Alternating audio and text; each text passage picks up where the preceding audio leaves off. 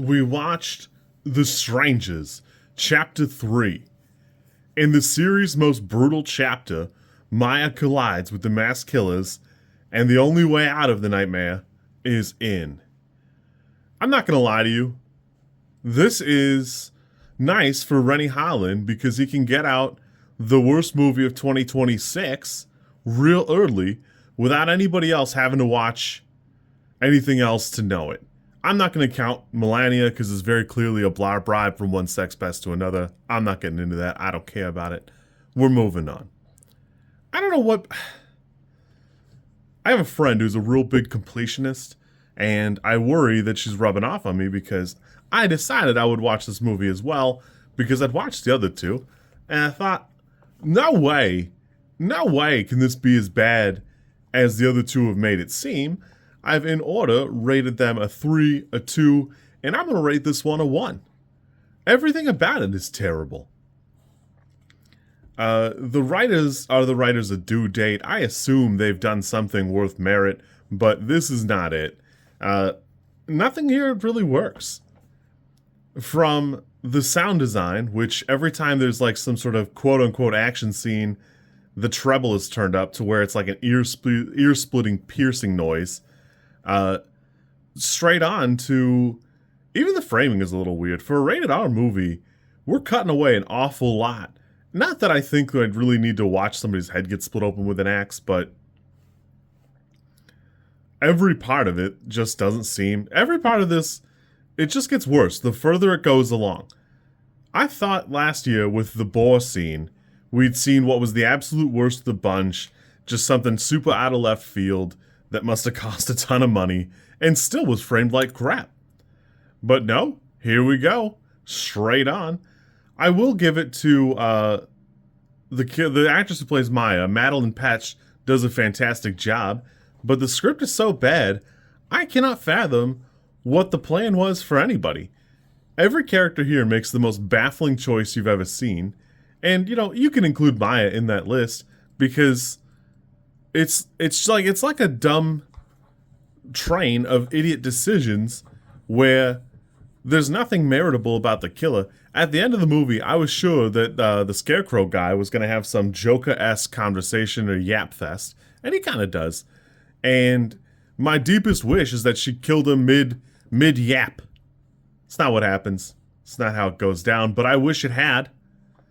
At some point, they go to a flashback, another flashback of like the 6th this trilogy has had of the kids. When this is later, when they're like, they must be teenagers because it says 12 years later, and they're outside a gas station, which is fine. It's stupid, but it's fine.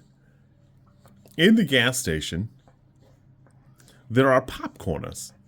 And I don't know if you guys know, but I like a period film. And I don't expect everybody to notice every little thing.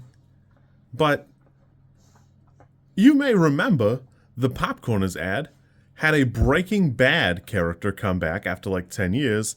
And they filmed a little Popcorners commercial for the Super Bowl, I want to say. So either these movies take place like 10 years in the future, or even Renny Harlin is so over his stupid trilogy that he didn't even bother trying to make like a retro anything here. They just went into a gas station and went, well, this'll do. It's just a complete lack of any effort or energy into these movies that I firmly believe nothing here is a set piece. They just wandered around till they found places pretty close to each other that had these things kind of ready to go, and they went, yeah, this'll do. This'll do. Because I can't believe they put any effort into any of this stuff. Because it's clear the whole time no work was done. Partway through, Maya's sister, brother-in-law, and some, like, driver character show up, and they proceed to also make bafflingly stupid decisions the entire time. The sheriff of the town seems like a bozo, and the TLDR is everybody in the town is quote-unquote in on it. You will find this out fairly early in the movie. It doesn't really explain anything because there's a hard limit to how many things of in on it you can really really have and how many missing persons cases you can have in the area. It's just baffling.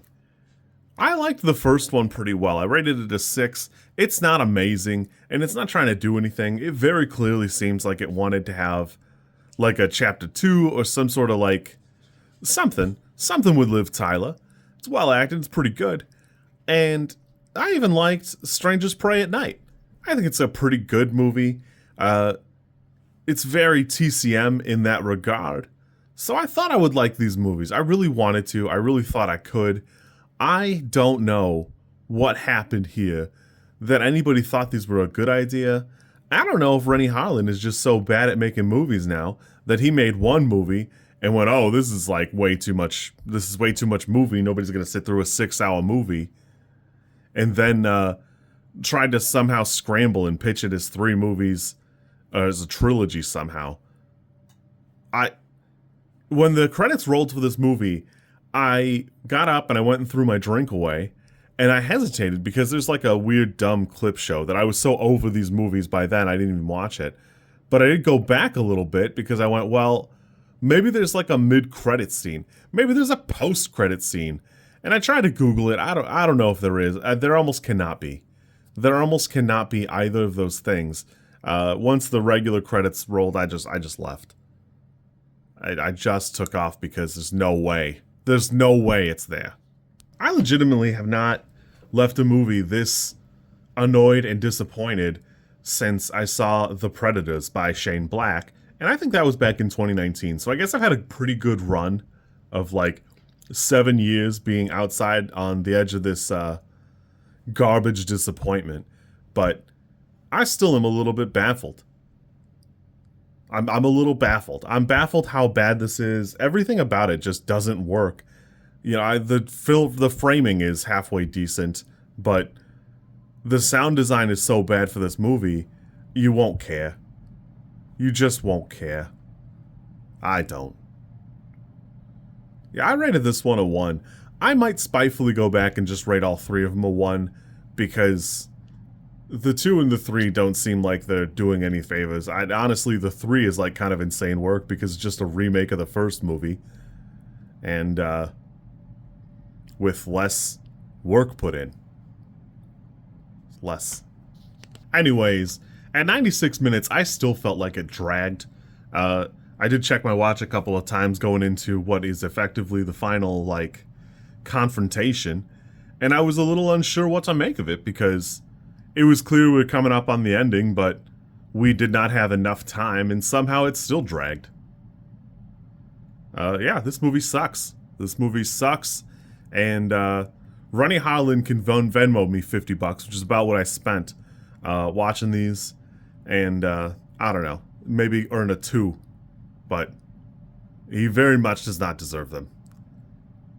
I would not recommend watching any of these movies. You kids be good. Watch better movies. Maybe have Renny Harlin watch them with you. Perhaps Alan Cohen and Alan Freedland can also join you, and they can see what writing a movie might feel like. They can pretend. If you like this content, I'm supposed to ask you to like, comment, and subscribe. I think like is here, and comment is probably down there, and subscribe over there somewhere too, I think. I don't know how many times this like snippet is gonna make it into a video. Everybody says you should do it this way, and I always thought it was just like an annoying thing other YouTubers did. And as you know, I am bad at editing, so if you like it, great, I'm happy for you. If you don't like it, I'm sorry.